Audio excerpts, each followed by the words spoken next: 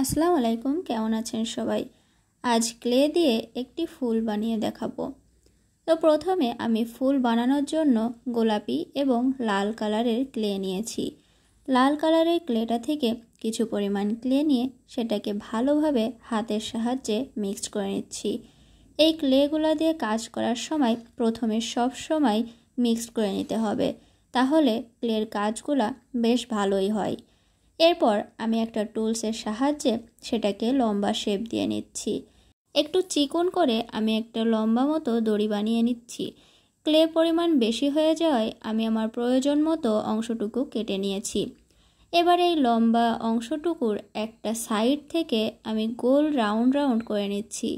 ঠিক যেমন জিলাপির প্যাঁচ দেয় সেভাবেই আমি প্যাঁচটা দিয়ে এটাকে রাউন্ড শেপ দিয়ে নিচ্ছি। এরপর হাতের সাহায্যে আমি সেট করে নিয়েছি। একটা টুলসের সাহায্যে হালকা একটু প্রেস করে নিয়েছি যাতে এগুলো আলাদা হয়ে না যায়, একসাথে হয়ে থাকে।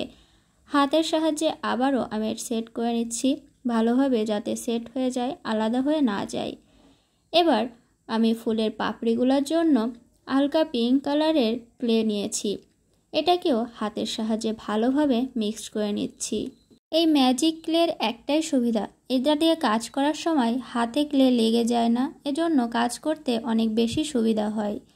পিঙ্ক কালারের যে ক্লে আমি নিয়েছিলাম সেটাকে একটা টুলসের সাহায্যে আমি লম্বা করে নিচ্ছি এবং আমার প্রয়োজন মতো কিছু অংশে এগুলোকে ভাগ করে নিচ্ছি।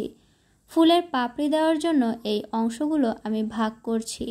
সবগুলো যাতে সমান হয় চোখের আন্দাজে সাইজটা মেপে আমি খণ্ডগুলা করে নিচ্ছি। এরপর এই অংশগুলো দিয়েই আমি ফুলের পাপড়ি বানিয়ে নিব। ফুলের পাপড়ি বানানোর জন্য এগুলাকে আমি হাতের সাহায্যেই গোল করে নিচ্ছি। অনেক ভিডিওতে দেখেছি ক্লে গোল করার জন্য টুলস ব্যবহার করে, কিন্তু আমার কাছে টুলসের থেকে হাতের সাহায্যে কাজগুলো করতে বেশি সুবিধা মনে হয়। লাল কালারের ক্লে দিয়ে ফুলের যে বেসটা আমি করে নিয়েছিলাম সেটার চারপাশে গোল করেই আমি এই বলগুলা বসিয়ে দিচ্ছি।